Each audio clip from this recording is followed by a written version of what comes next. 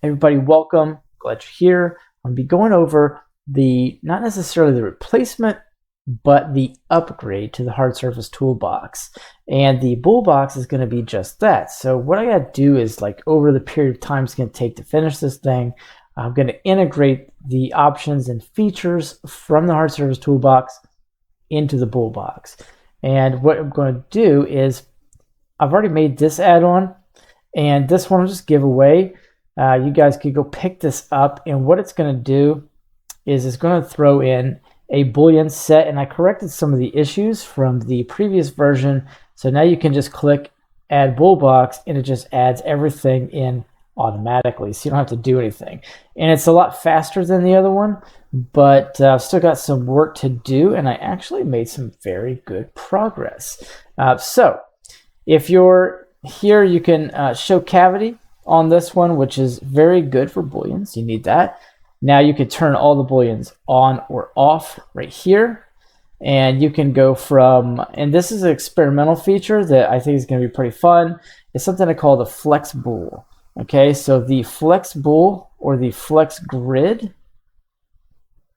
is a lot of geometry nodes math kind of worked in to create that similar effect of, like, if you have a boolean and you put a solidified modifier on it, then you're kind of done. You can't do anything else with it. But this, the flex Z flip and all these different features in here are going to allow you to do, I would say, some pretty crazy things. You can flip this upside down and all kind of different things. The bool has a ton of options. I won't go through all of it right now, but you can do a massive amount of transforms to it, and it's all based in geometry nodes math.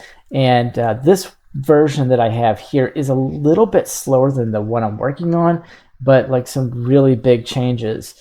So for the current version that I have that I'm working on now, or rather the upgrade, this one is lightning fast. This is a much faster setup.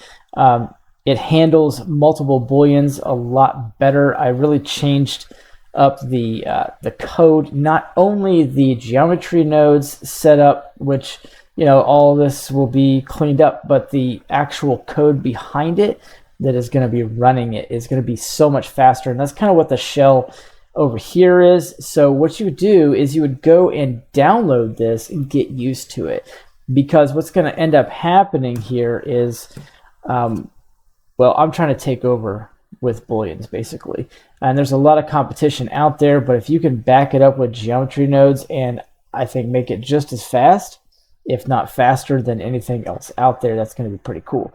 And so, like you say, you could do pretty much anything you want.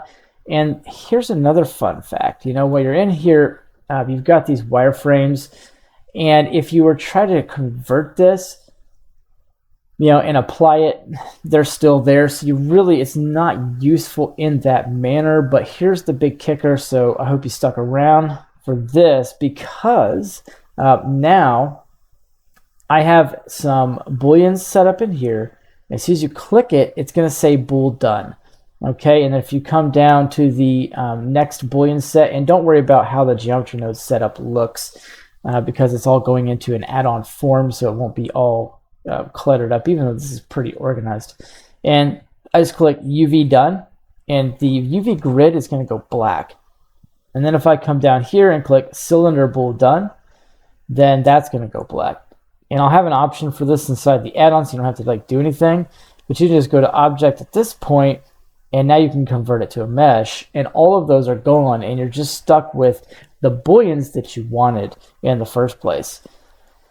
Now, here's something else that's really cool. It's a really big upgrade. I'm actually using a mesh that I plugged in to the boolean set. So if you switch this, you'll get a base mesh. This is geometry nodes right here, but if you click this to switch the main mesh, you could plug in anything you want right here. And then all the booleans will automatically apply, all the geometry nodes will apply, and the add-on will recognize it, which is pretty cool. And then, of course, like before, you could turn all the booleans off and check all of your work, and you have all these different color outlines. So if I wanted the material here to change, then I can just add a different material to it and get, whatever I want to make that look really good. Then I've got some other shade smooth stuff going on as well.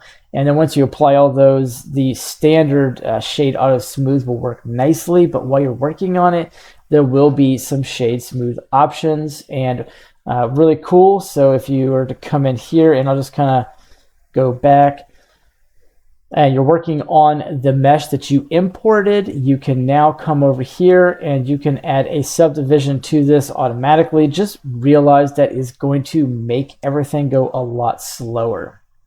But if you don't have that on, then it'll go super fast. So save that for the end. And then you've got the edge crease and the vertex crease for the subdivision. So if you were to want to kind of play around with that, you can, and change the subdivision type through geometry nodes, all geometry nodes. And then of course the cube or the flexible for this one, and it's kind of hard to see, but that one is a very, very custom setup. You can kind of change that around however you want. Then you've got extrusion types for this, so you can go in and turn on the extrusions and then start working with them. And if I just switch the main mesh back, I mean, it kind of makes sense to have the extrusions on more of a hard surface type model, which is what, by the end of this, you'll be able to do hard surface modeling with geometry nodes. That isn't just my end game. That is how it's going to go. Let's see, the extrusions right here. So you kind of play around with the extrusions. You can do the ID, or rather stands for individual, and then you can switch these off however you wish, and that's the flexible in there. So it's just like, it's weird, but it's totally modifiable. Very cool. Let's see, the UV radius for this, and you control everything. It's extremely fast. There's no hang-ups. You could change all the rings, all the data for that. The wireframe colors are blue, and it's kind of like, I always wanted that. I saw that, I think it was Hard Ups, and I was like, I've got to figure this out. So it was such a motivation. Hard Ups is a huge motivation for this. So if you wanted to change any of the wireframe materials themselves, you can do that. And then you can see them, because I didn't see where the cube was. I had no idea where the cube was, but now I see it. So let me just move that out of there. See if I can grab this, move it out. There's my cube. All right.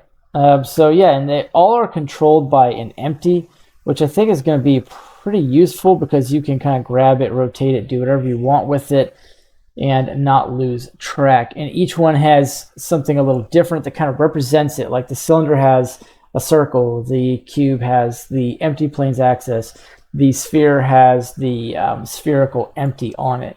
There we go, and I'll just finish it off by clicking cylinder bool is done, UV bool is done.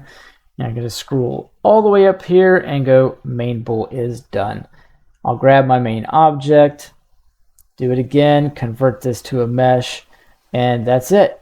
And it'll keep those colors as well, which could end up being like something you want to do, is you want to add the color to the boolean itself. I think I've always wanted to do that, so now we can do that. Anyways, guys, appreciate you watching. Go check out the beta add-on that I've got right now. You guys can go pick this one up right away and get used to it, because lots of big things are coming. I'm really excited. I'll have this one on the Gumroad, so it's absolutely free. Just go pick it up and make sure to rate it. And it does a big favor to the channel, because my channel is growing, and I really appreciate everybody. If you smash that like button on the way out, I really appreciate it. Have fun. Happy blending. See you guys in the next tutorial lesson.